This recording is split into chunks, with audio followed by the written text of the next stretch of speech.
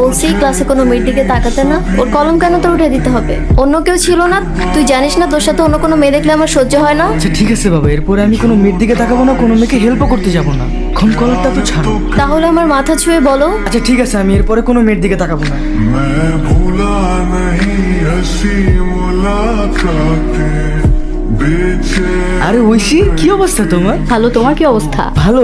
मुझसे কি রে, মেয়ে দেখলে কথা বলতে ইচ্ছে করে? তোমার তো ফ্রেন্ড তাই না? কথা বলার দরকার নেই। আচ্ছা ঠিক আছে। চলো। আচ্ছা দোস্ত, তুই তো জানিস আমার কোনো মেয়ের সাথে কথা বলতে ভালো লাগে না। কেন, কি হয়েছে? না, কয়েকদিন যাবত একটা মেয়ের সাথে কথা হইতেছে। ওর সাথে মেসেজে কথা বলতে বলতে আমাদের মধ্যে কি হলো, একটা প্রেম হয়ে গেছে। আগে বলিস নাই কেন আমাকে? ওই মেয়ের ছবি দেখা। এই যে তোর ভাবি। তোদের দুজনকে খুব ভালো মানাবে। 2 দিন কোথায় ছিলে তুমি? স্কুলে আসলে না যে? এমনি। সব কি তোর ইচ্ছে মতো হবে নাকি? তুমি কালকে কই গেছিলা? সবগুলো ক্লাস করে ওষির সাথে তোর বাসায় চলে গিয়েছিলাম। তুমি কোথায় পেলে? আই নাই, তোমার বয়ফ্রেন্ড দিছে। তুমি কিভাবে পারলা আমাকে ঠকাইতে?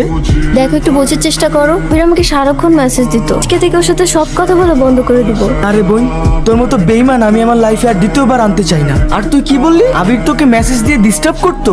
আরে রোজিনা, আমি ভাত খাই, সুজি না। দেখো, এবারের মতো মাফ করে দাও। কথা দিচ্ছি আর এরকম হবে না। আমি আর সাপ পালতে চাই না। আমার খুব কান্না আসতেছে, আমার কান্না আসতেছে ওইসব ছেলেদের জন্য